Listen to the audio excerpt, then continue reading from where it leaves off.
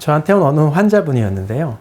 10여 년을 일반 직장에서 이제 팀장급으로 일해오신 한 남자분이었어요. 남자 목소리, 남자 얼굴, 남자 몸을 다 가지고 있는 분인데 이제 머리는 길게 기르셨고 이제 머리 이렇게 넘기시면서 여성으로 살고 싶다고 했고요.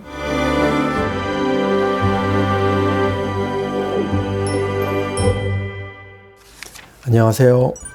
서울제일성형외과 원장, 성형외과 전문의 의학박사 한상백입니다. 오늘은 돌출입 읽어주는 의사, 소변줄, 폴리에 대한 이야기를 하려고 합니다. 그런데 이제 제가 젊었을 때 대학병원에서의 나름 이제 슬기로운 의사생활 이야기를 좀 소환을 하면 나름대로 좀 재밌습니다. 뭐 의학 드라마 보면은 병원에서 일어나는 일들이 이제 일반인들한테는 신기하잖아요. 그리고 또 한 가지, 건강한 사람의 소변은 대변과는 달리 균이 전혀 없습니다. 건강한 사람의 소변은 의학적으로는 깨끗한 셈이니까 너무 지저분한 이야기로 치부하진 말아주시기 바랍니다. 저희가 이제 의대 6년을 졸업하고 의사 면허 시험을 보고 의사 면허를 막 따자마자 제일 처음에 한 게 이제 인턴입니다. 대학병원 들어가서 인턴, 수련의라고 하죠. 요즘 정맥주사라고 그래요. IV, 링겔 맞는다 그러죠. 그 링거액 맞는 정맥주사는 요즘은 전담 간호팀에서 알아서 한다고 해요. 그런데 그때는 모든 환자, 뭐 소아 환자도 그렇고 어떤 환자든지 정맥주사를 이제 그 라인을 잡는 거, 주사 바늘을 꽂아서 혈관에다가 이 라인을 잡는 거는 인턴의 중요한 업무 중 하나였습니다. 근데 굳이 인턴이 안 했어도 될 것 같은 일은 또 있습니다. 요즘 같은 디지털 시대에는 모든 검사 결과는 전자차트로 전송이 돼서 그 검사 결과를 찾으러 다닐 일이 없죠. 그런데 제가 인턴 했을 당시에는 인턴이 지하 1층, 2층 돌아다니면서 조직 검사 결과, 피 검사 결과, 소변 검사 결과, 뭐 엑스레이, 심전도, CT 결과 이런 걸 일일이 찾아가지고 수거해서 왔어요. 그게 말처럼 쉬운 게 아니에요. 겹겹이 쌓였는데 그 결과지 뭐 엑스레이 뭉치 속에서 환자 이름을 가지고 다니면서 일일이 체크해서 골라내서 가져와야 되고, 뭐 다른 병동에 미련한 인턴이 우리 병동 걸 잘못 가져가 버렸어.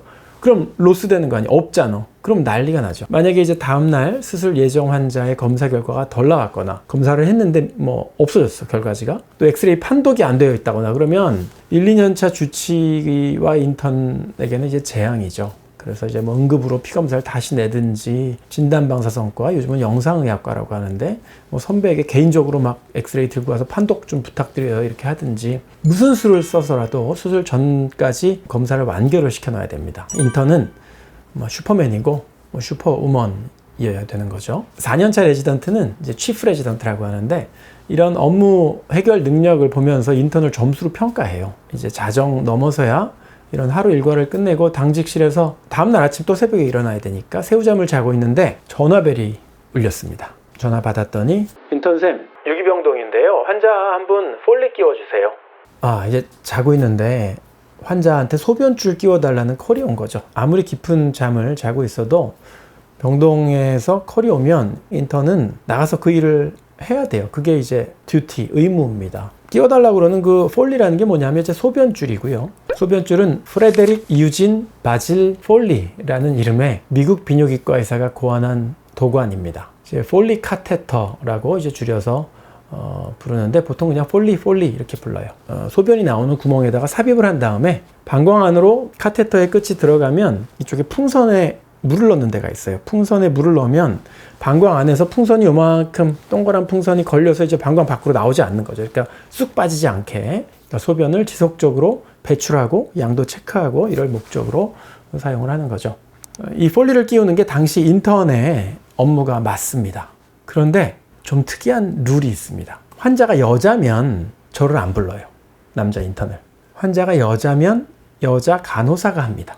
당시에 제가 대학병원에 그 인턴으로 있을 때는 남자 간호사가 제가 알기로는 거의 한 명도 없었어요. 거의 전체가 다 여자 간호사였는데, 다시 한번 얘기하자면 환자가 여자면 그 소변줄을 끼우는 거는 여자 간호사가 해요. 환자가 남자면 저한테 콜이 온 것처럼 인턴인 제가 가서 하는 거죠. 그럼 여기서 의문이 듭니다. 환자는 남자인데 그 당시에 그 병동 인턴이 여자면 어떻게 될까요? 그래도 인턴이 합니다. 여자 인턴도 남자 환자의 소변줄을 끼워야 되는 거죠. 그러니까 정리하면 남자 환자의 소변줄을 끼우는 것은 성별에 관계없이 의사인 인턴의 업무고, 여자 환자의 소변줄을 끼우는 것은 간호사, 여간호사죠. 여간호사의 업무인 게 그 서울대병원에서의 룰이었는데, 재밌는 것은 지금도 그렇대요. 지금 거기 대학병원의 교수 친구한테 물어봤습니다. 근데 되게 어색하죠.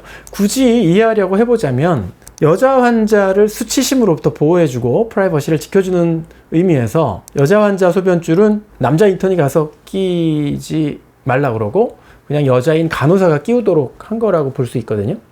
여자 인턴이 있을 거 아니에요? 인턴 여자 의사가 남자 소변줄을 끼우는 거는 괜찮나요? 여자 인턴 선생님은 수치심으로부터 보호 안 해줘도 되나? 이제 그런 생각도 들 수 있죠. 그리고 또 여자 의사 선생님, 여자 인턴 선생님이 남자 환자의 그 소변줄을 끼우면 또 남자 환자도 부끄럽고 불편하고 수치심을 느낄 수 있잖아요. 그러니까 이제 이게 남녀 환자의 양성평등에 좀 부합하는지 되게 의문입니다. 그리고 또한 시술을 하는 여자 인턴 선생님도 아까 말한 것처럼 역시 민망하고 불편할 텐데 여의사의 여성 인권은 고려 안 해주나 이런 생각도 들고요. 여자 인턴들 사이에서는 이런 우스갯소리가 나왔어요. 여자 인턴은 여자가 아니라 그냥 사람이다. 네, 이런 말이 나올 정도였죠. 자, 이제 되게 쉽지 않은 화두이기도 한데요. 우리나라 사회, 우리 사회도 꽤 열린 사회가 돼서 요즘 동성 결혼을 인정하느냐까지 왔죠.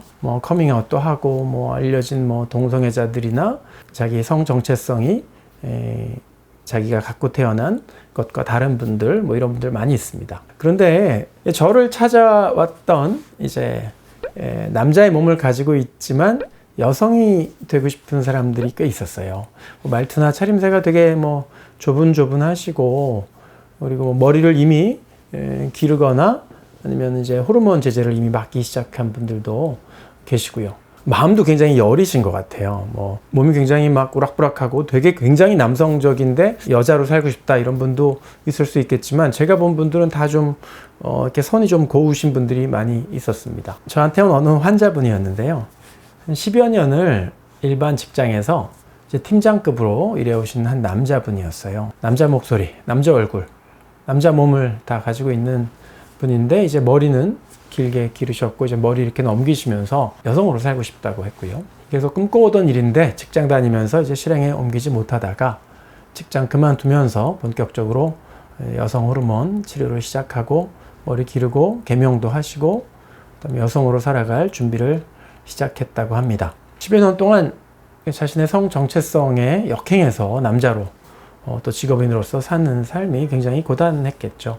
돌출된 입, 좀 커 보이는 긴 얼굴, 누가 봐도 남성적이었습니다. 실제로 남성 호르몬은 성장하는 과정에서 얼굴뼈에 이제 안화상 윤기나 그다음에 강한 턱 모양, 좀 돌출된 윤곽선을 만들어냅니다. 그래서 이제 그분은 저에게 광대뼈 사각턱 돌출입 수술을 한꺼번에 다 받기로 하셨고, 저로서는 이제 그 환자의 앞으로의 제 인생 이막이 걸려 있는 거니까요. 어떤 사명감까지 가지면서 최선을 다해서 집도를 했습니다.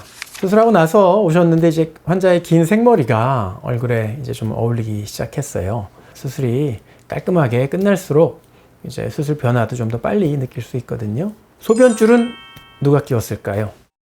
소변줄은 끼우지 않았습니다. 소변줄은 보통 4-5시간 이상의 수술에서만 끼워요. 수술이 길어지는 경우에 들어간 수액량과 나오는 소변량을 계산해서 기록도 해야 되고, 또 이제 방광에 소변이 과도하게 차면 역류해서 문제가 생기거나 할 수 있으니까 미리 소변줄을 끼워서 소변을 배출하도록 해주는 것인데요. 전신마취 중에 아직 남자의 몸을 가진 이 환자에게 만약 소변줄을 끼워야 했다면 제 돌출입 수술 마취를 줄곧 담당해 온 여자 마취과 과장님이 했을 테지만 그런 일은 일어나지 않았습니다. 제가 광대뼈 수술, 사각턱 수술, 돌출입 터크 수술 하면은 빨리 하면 3시간 정도에 끝낼 수 있거든요. 소변줄 끼우지 않고도 잘 끝냈습니다. 마음이 좀 여리시고 고운 그 남자 환자가 앞으로 이제 여성으로 살기 위해서는 여러 가지 숙제가 많이 남아 있을 것입니다. 우리 종교나 정치적 성향, 직업, 지역, 배경이나 학벌, 성 정체성 이런 거에 차별을 두지 않고 환자를 봐야 하는 거죠. 의사는 늘 환자의 말을 경청하고 원하는 아름다움을 구현하기 위해서 최선을 다해서 수술하고 있고, 또 저는 그게 즐겁기도 할 뿐더러 저를 찾아와서 얼굴을 맡기는 그런 분들의 신뢰는 고귀한 것이다. 저는 그렇게 생각합니다.